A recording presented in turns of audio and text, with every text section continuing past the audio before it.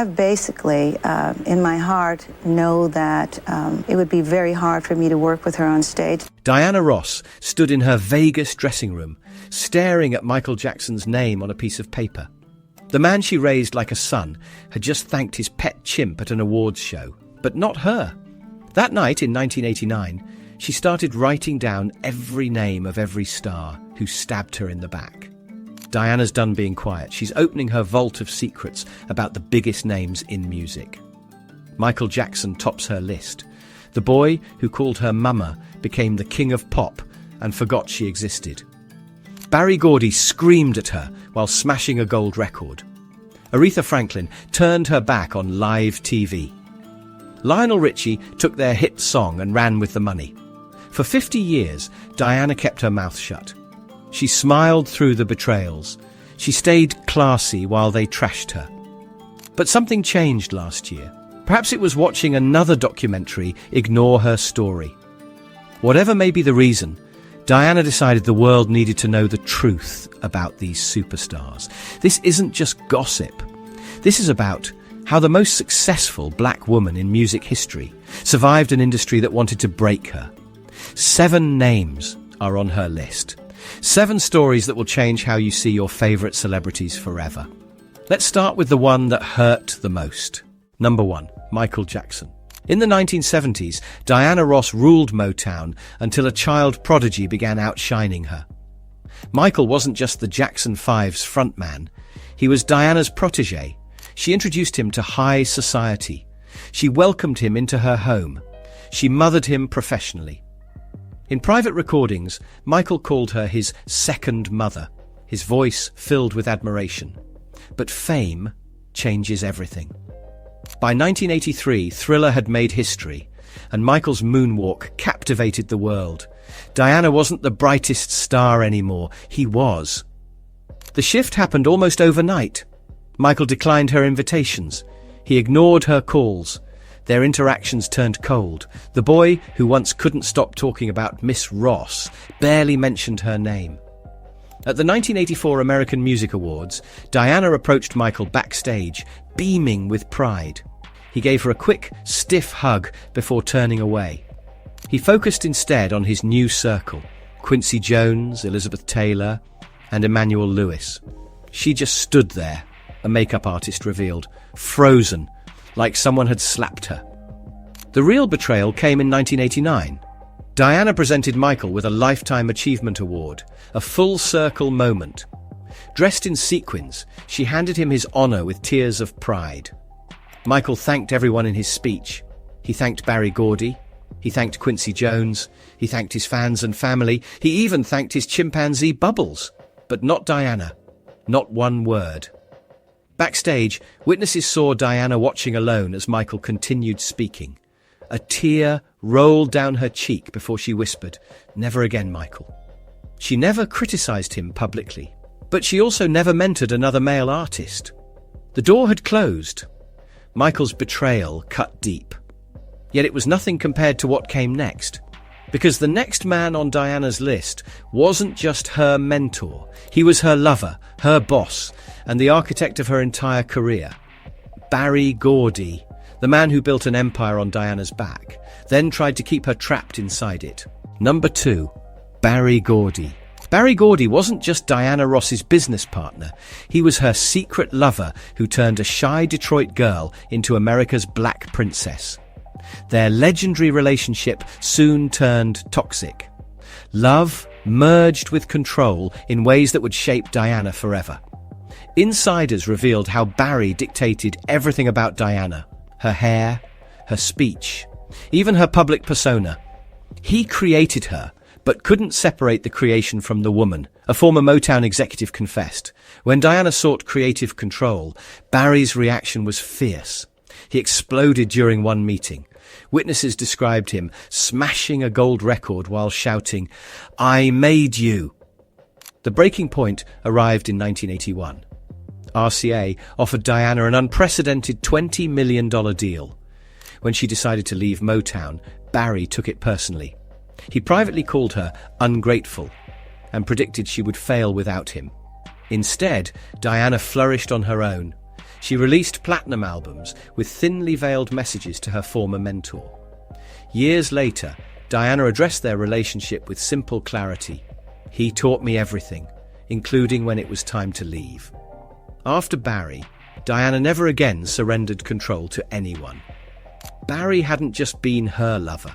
He'd been her creator, her controller, and ultimately, the reason she learned to stand alone.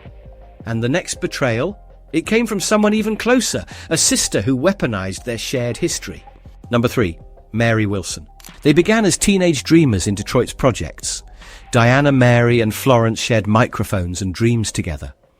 As they changed from the Primettes into the Supremes, Motown's crown jewel, tensions began brewing backstage. Barry Gordy positioned Diana as the star. The changes started subtly.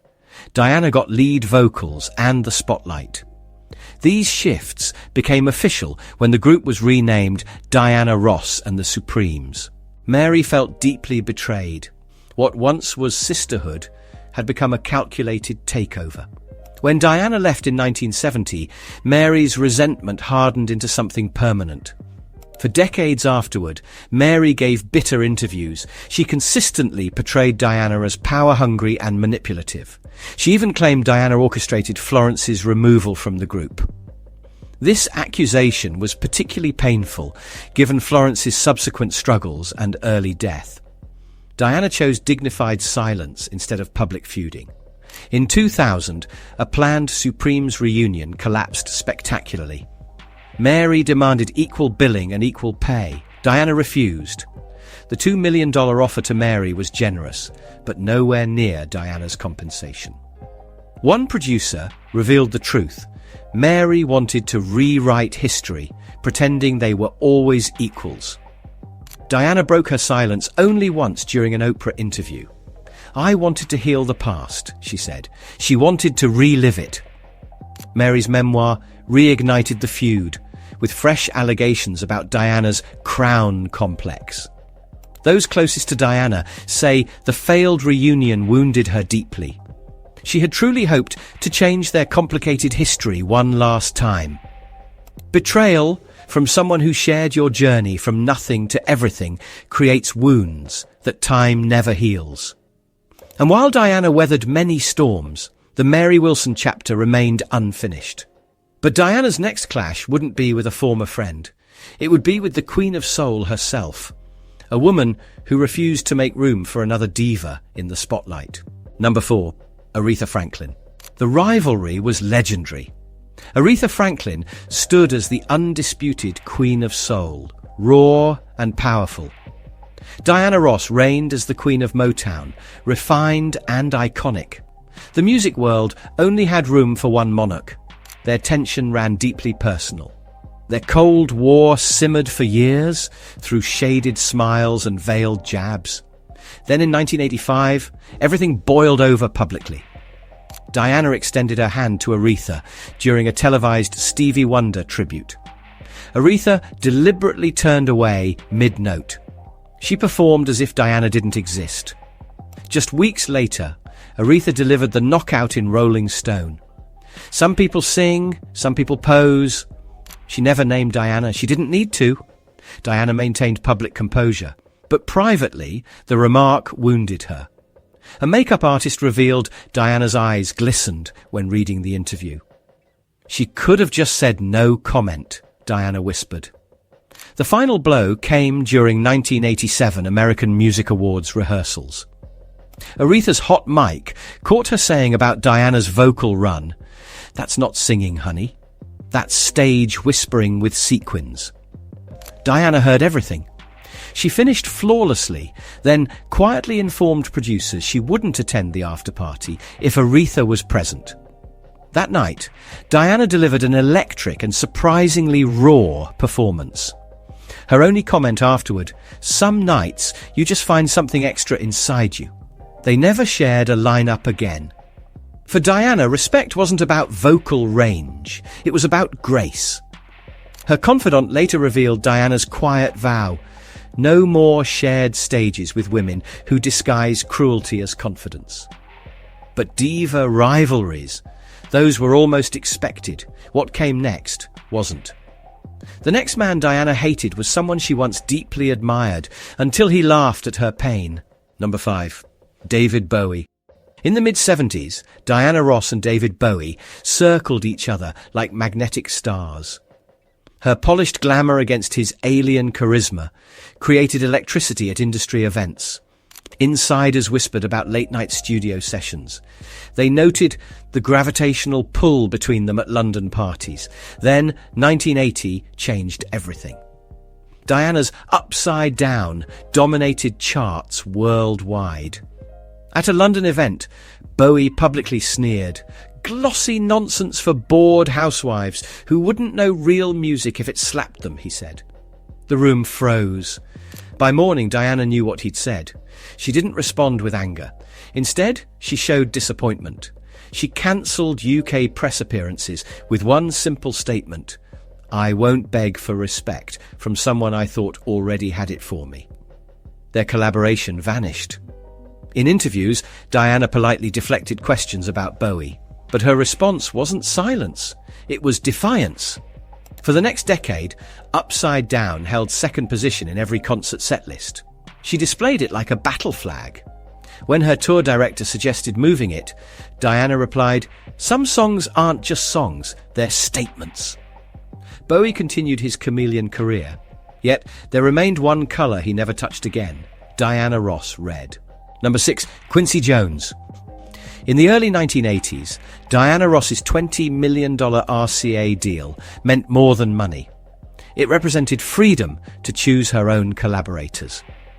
At the top of her wish list stood Quincy Jones, the producer with the golden touch behind Michael Jackson's meteoric rise. Her team made the call. Quincy's response was swift and dismissive.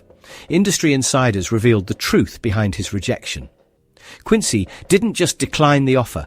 He told mutual friends at a Grammy after-party that Diana was past her prime. Even worse, he called her too difficult to shape. Those words cut deep into Diana's confidence.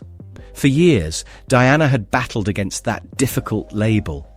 She was simply a perfectionist who dared ask for creative control when women were expected to just look pretty and sing. She thought those days were behind her. Diana never fired back publicly. Her response came in just one cryptic line in her 1993 autobiography. "Sometimes the men you admire the most admire someone else." To this day, Diana and Quincy have never collaborated on a single track together. During a 2005 interview, when asked about potential collaborators, Diana simply smiled and changed the subject. Some rejections leave wounds too deep to discuss, but the final betrayal on Diana's list wasn't professional. It was deeply personal, and it came from a man whose voice once blended perfectly with hers. Number 7. Lionel Richie. Endless Love wasn't just a song. It was lightning in a bottle. When Diana Ross and Lionel Richie recorded their 1981 duet, it shot to number 1. It became Diana's biggest-selling single ever. Music executives saw dollar signs, fans saw perfection, Diana saw possibility. Plans formed for a blockbuster tour across 3 continents, venues were booked, stage designs were commissioned with equal billing. Diana selected costumes and cleared 6 months of her schedule. Then came the devastating call: Lionel was out, no discussion. Publicly, they cited creative differences. The truth was much different. Motown offered Lionel a massive solo deal with one condition: break free from Diana's shadow. They told him point blank, "You can be Lionel Richie or Diana Ross's sidekick. Choose," revealed a studio executive. He chose. Diana never complained publicly, but her makeup artist found her alone with the sheet music. She was whispering, "I thought we were building something that would last." He just wanted a stepping stone. The betrayal cut deep. Diana had fought for equal billing when others suggested she headline. The cancelled tour became the industry's greatest what-if of the 1980s. It could have been a $40 million juggernaut. They never performed their iconic duet together again. When asked in 1987 about recording with Lionel again, Diana simply smiled tightly and changed the subject. Years later, Luther Vandross covered the song with Mariah Carey. Diana sent flowers with a note, "Thank you for honouring what he forgot." Diana Ross isn't just a singer, she's an empire, a legacy who built herself up in an industry that tried to tear her down at every turn. She smiled through it all and played the game. Today, she doesn't need to play nice anymore. These 7 betrayals didn't just hurt Diana Ross, they changed her. Michael taught her that adoration can quickly turn to abandonment. Barry showed her how love becomes control when mixed with power. Mary proved that shared history can turn into a weapon. Aretha demonstrated that exceptional talent doesn't guarantee basic respect. Bowie revealed how quickly admiration can turn to mockery. Quincy showed how one word, difficult, can haunt a powerful woman forever. And Lionel proved that even perfect harmony can be sacrificed on the altar of ambition. What makes Diana extraordinary isn't that she survived these betrayals. It's how she responded to them. While others aired grievances to anyone who would listen, Diana chose dignified silence. She never needed tabloid wars or tell-all interviews. She let her record-breaking career speak volumes, while her betrayers spoke empty words. That calculated silence wasn't weakness. It was her superpower. She understood something her betrayers never grasped. True royalty doesn't need to defend the crown. The crown speaks for itself. Now, finally, she's telling her truth. Not for revenge or vindication, but because history deserves to know what really happened behind those sequined gowns and dazzling smiles. Because the Supreme Queen has spoken, and her silence has finally ended.